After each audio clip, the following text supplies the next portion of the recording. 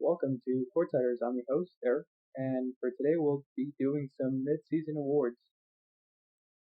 So for the first award, we'll start off with the MVP. Obviously, there were some honorable mentions. The honorable mentions were LeBron James, Nikola Jokic, and James Harden. So our MVP for the mid-season is Joel Embiid. So Joel Embiid this year is playing like an absolute savage. He's averaging 30 points per game, 12 rebounds per game. He's shooting 52% from the field. He's shooting 42% from the three-point line, and he's attempting around 12 free throws per game. I do believe if you watch Philadelphia games this year, you can just see he's at another level this year. And I think the Utah Jazz game was one for the Bucks. They came back. It was a dramatic win in overtime, and there was a play in there where he just barreled over Rudy Gobert, and it was just a statement to the league like this is a new level. And I think he just notices, he just realizes that he's too big to cover. He's too big to be covered. So for the next award, it's the Sixth Man of the Year, and we're giving it to Jordan Clarkson. So Jordan Clarkson this year on the Utah Jazz has been averaging 18 points per game, 4 rebounds per game. He's shooting the three ball a little bit lower than I expect to at 37%, but he is shooting 97% from the free throw line.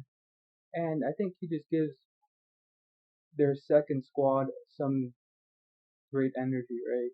I know Quinn Snyder has given him the green light, and he's taking full advantage of the green light. Jordan Clarkson had a weird arc. He went from great prospect on the Lakers to, dark days in Cleveland. Now he is in the Utah Jazz.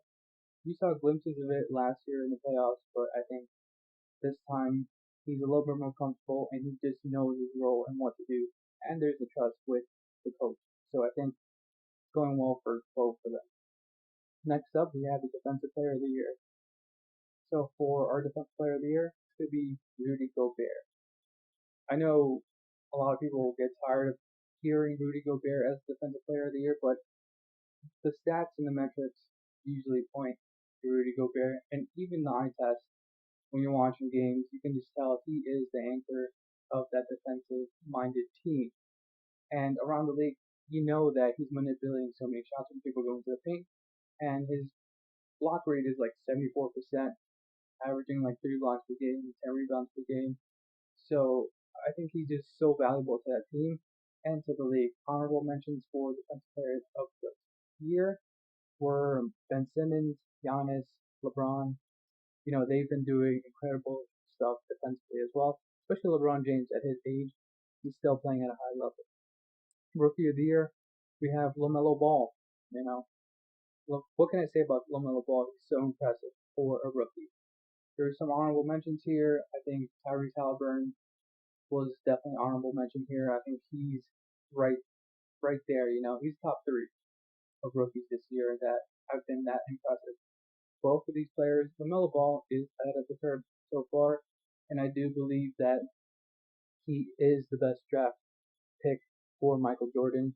I love Kemba Walker, but I think LaMelo Ball, at his size, the sky's the limit.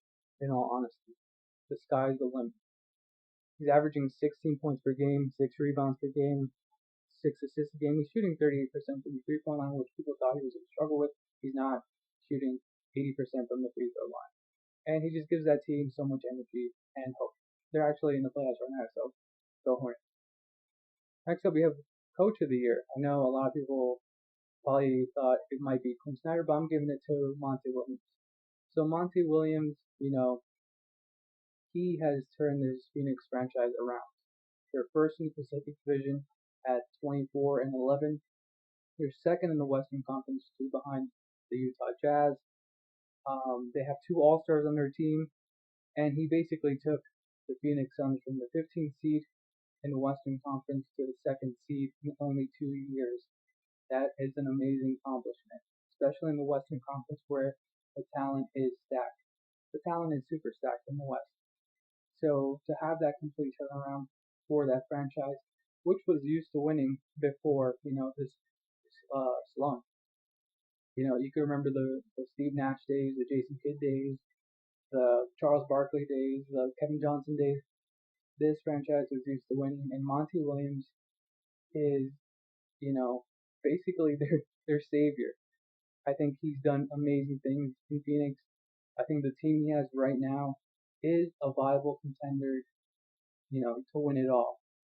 They have those type of players right now. Chris Paul, Devin Booker are leading that team for sure. And then you have Aiton, you have like role players like Crowder.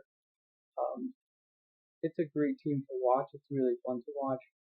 I think Monty Williams has done a hell of a job. Honorable mentions, of course, Quinn Snyder, who has the Utah Jazz in the first place in the Western Conference. Also, Tom Thibodeau, who has the New York Knicks humming and in the playoffs for the first time in a long time and win it. Culture's everything. Also, shout out to Frank Vogel, who a lot of obstacles this year, and he has rolled with the punches. Also, Steve Nash, who gradually has gone better as the season has gone on. So yeah, subscribe, give us a follow us on Twitter at CourtsidersPod, visit the website, thecourtsiders.com, shoot us an email, ask us a question. It's all good. Thank you.